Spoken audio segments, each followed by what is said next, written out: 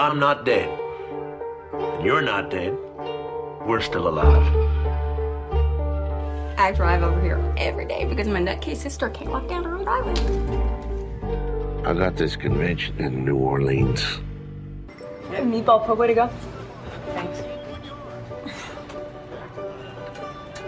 Here you go, babe. I got it.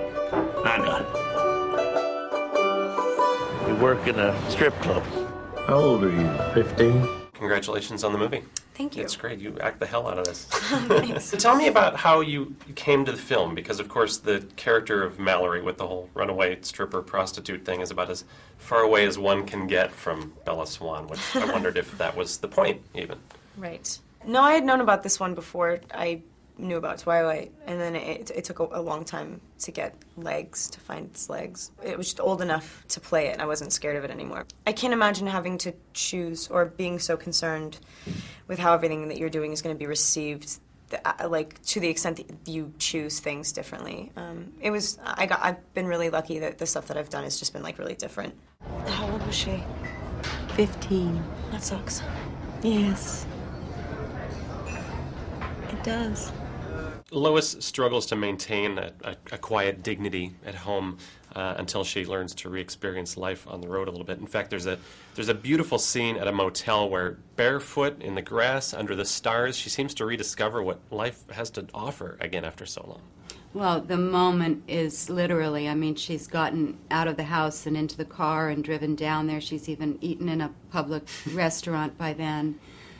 But come on, there's something about taking your shoes off and walking on terra firma that is naked and complete and grounds us.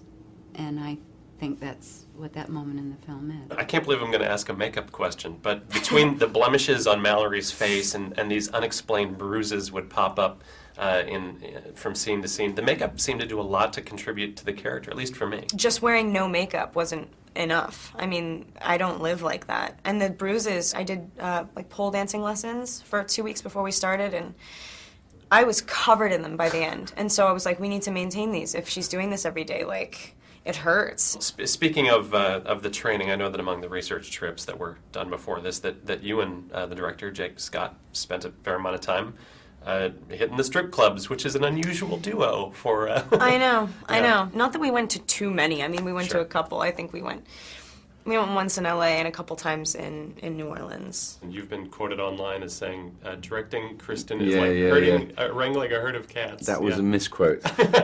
Well then, by gosh, let's clear it up right now. It was a horrible misquote. What I actually said was that directing the three of them, because their styles of acting are so different, their training is so very different, that at times, and I said this with affection, I was trying to be funny, was that it was a bit like herding cats, which is an expression a friend of mine uses that I think is hilarious, but it doesn't sound good, you know. So I'm apologizing to all three actors for saying it. All right, noted. I'm nobody's little girl. Break my heart. Where are you staying? Here. I'll stay here too then.